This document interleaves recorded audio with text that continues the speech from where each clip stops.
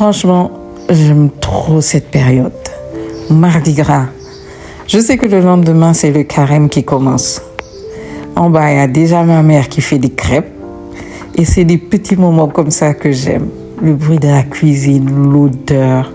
Je suis bien sûr descendue préparer la mienne tranquillement. Et je me suis dit que c'était comme une petite douceur avant d'entrer dans une période vraiment plus sérieuse. Le soir, comme d'hab, je me suis couchée, mais cette fois-ci en pensant que quelque chose allait changer.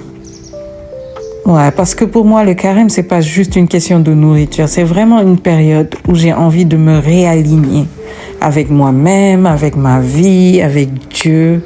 Et pouf, le lendemain matin, 6 heures.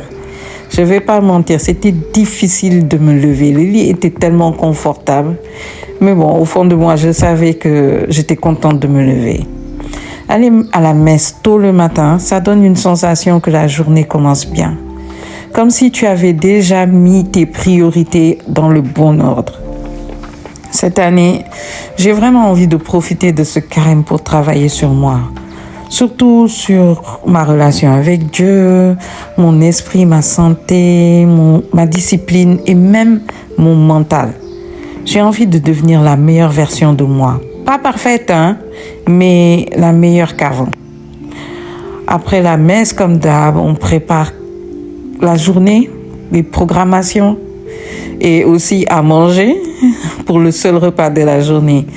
Mais ces fois-ci, simple et intentionnel. Parce que parfois, on ne se rend pas compte qu'on n'a pas besoin de beaucoup pour être bien. Et que ensuite, on continue normalement sa vie en vrai. On travaille, on fait ces choses-là qu'on aime aussi. Parce que je pense que la foi, ce n'est pas séparé de la vie, vraie vie, non?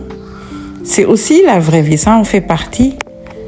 Le carême, c'est encore plus spécial pour moi parce qu'il commence en même temps que le jeûne musulman. Et étant dans une famille mixte, ça me rend vraiment heureuse. Je ne sais même pas pourquoi, je trouve ça beau.